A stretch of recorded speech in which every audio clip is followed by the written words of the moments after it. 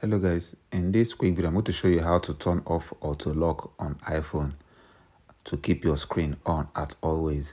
So if you are doing something with your phone and don't want your screen to automatically lock itself and you want to keep your screen always on, in this video I'm going to show you how to do that. So go to your settings.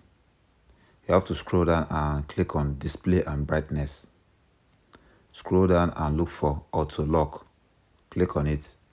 Mine is set to 2 minutes at default. Now click on never.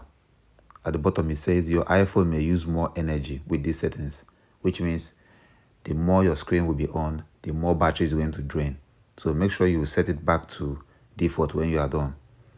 When you select never, your screen will never lock itself. It will stay on at always. So that's how you turn off auto lock on iPhone.